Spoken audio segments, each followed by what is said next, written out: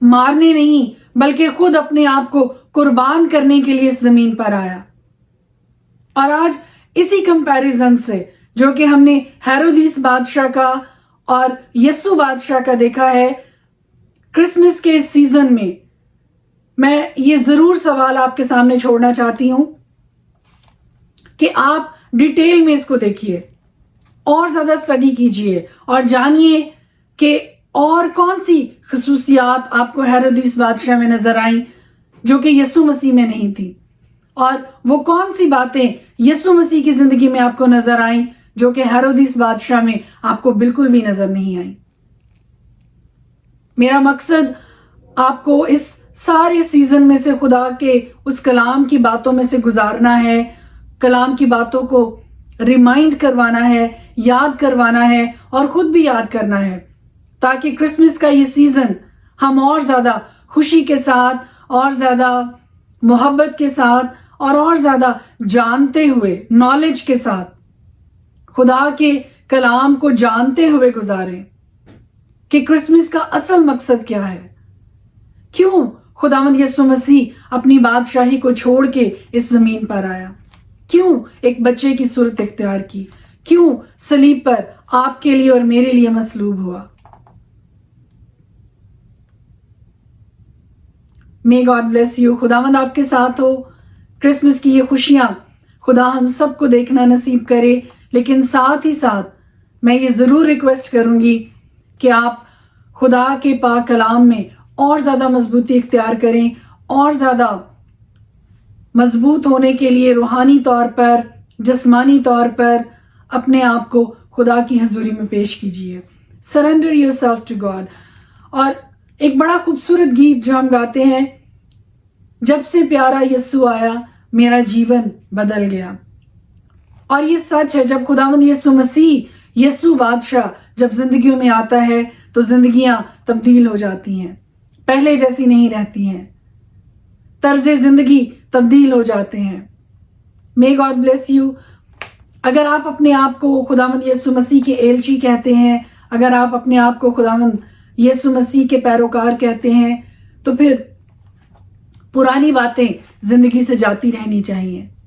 نئی باتیں خدا کے پاک کلام میں سے چیزوں کو اڈاپٹ کیجئے، سیکھیے ان چیزوں کو اور ان کے مطابق زندگی گزاریے. May God bless you. خداوند آپ کے ساتھ ہو. Merry Christmas to each and every one of you.